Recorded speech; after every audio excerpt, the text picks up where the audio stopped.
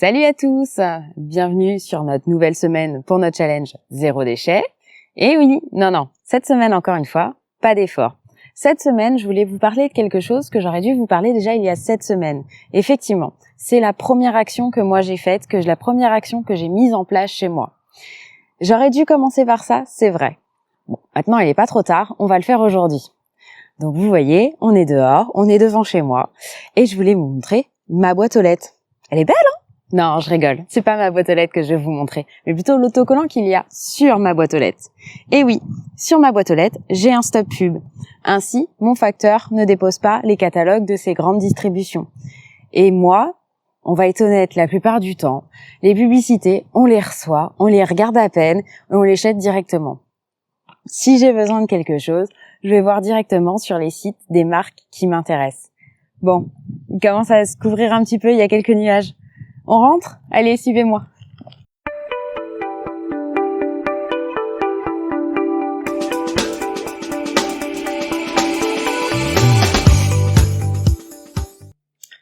Et voilà, nous voilà au sec. On est un petit peu mieux, il fait un petit peu moins froid.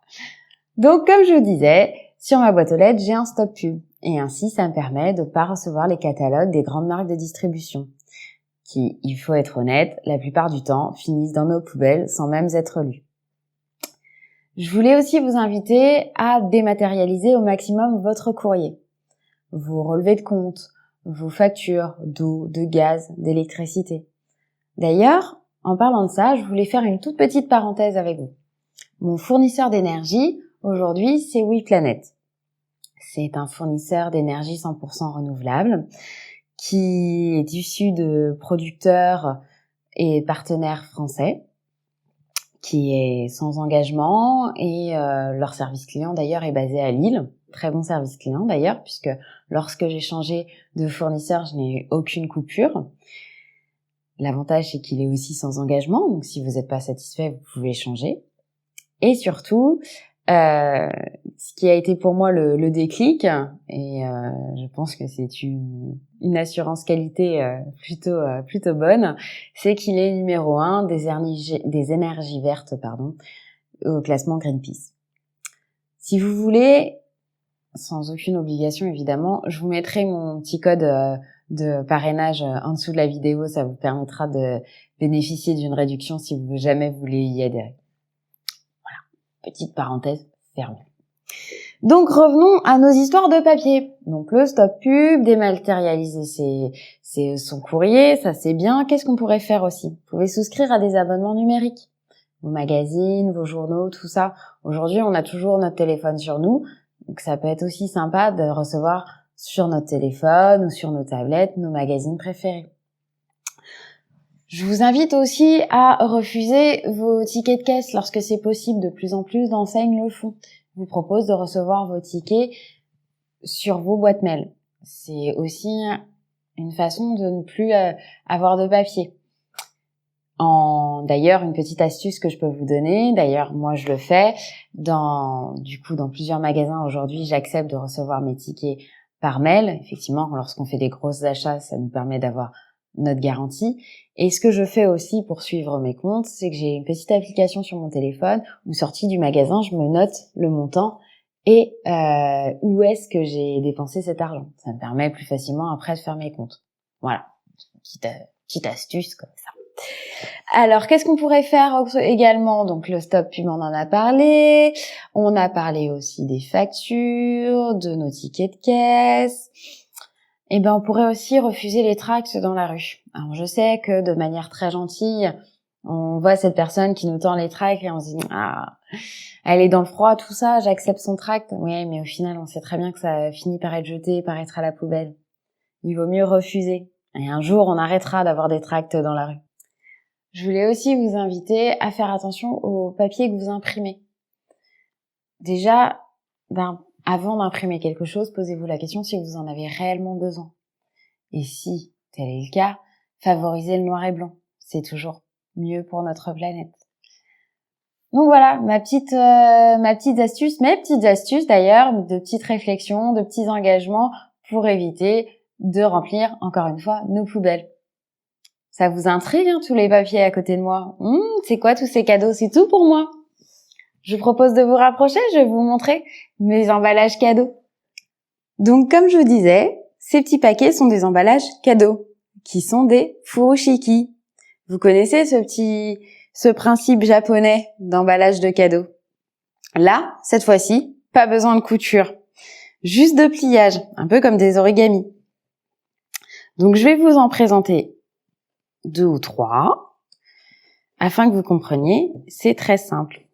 Alors, par exemple, ici, j'ai une boîte et j'ai un vieux foulard qui a un petit peu de trous, où il manque des petits brillants. Bref, un foulard que je ne porterai plus, donc. Mais, pour autant, qui va être très bien pour faire mon emballage cadeau de mon cadeau. Donc, le premier qui est très très simple, parce que peu importe les dimensions de notre tissu, peu importe notre cadeau, on va toujours l'utiliser. On prend les 2 angles extérieurs, en diagonale, on vient y faire un nœud. On prend les 2 autres, on vient y faire un second nœud. Hop! Et voilà, on reprend les 2 premiers. On peut le laisser comme ça, si vous voulez.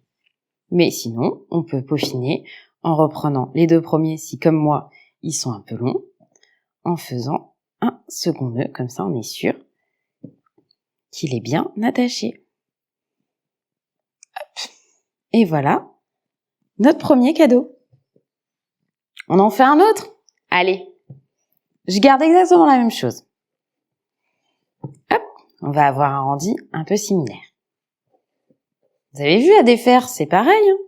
On met un petit peu de temps, on n'a pas la surprise tout de suite. C'est rigolo aussi pour les enfants. Hop, on recommence. Par contre, cette fois, on va prendre les 2 mêmes côtés. Pareil, on fait un nœud. Hop, et de l'autre côté, pareil. Hop, et on va glisser le premier nœud dans le second. Hop, et voilà.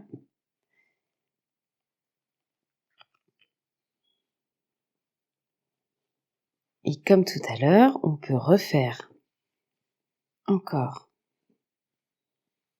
un nœud. On peut évidemment les resserrer. Hop. Et on peut les entrelacer si on veut.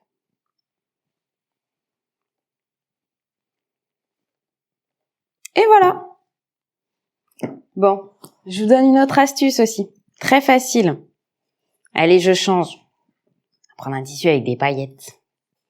Hop. Et quand on va chez les gens, on vient souvent avec une bouteille. Alors, comment faire? Tout simple.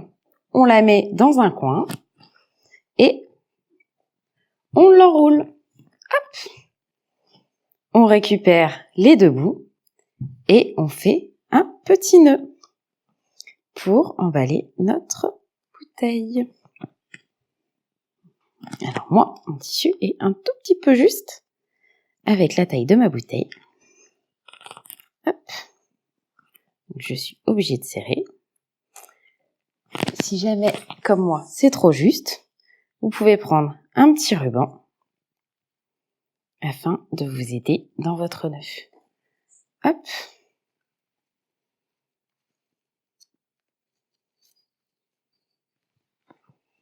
Et voilà, on a notre bouteille emballée.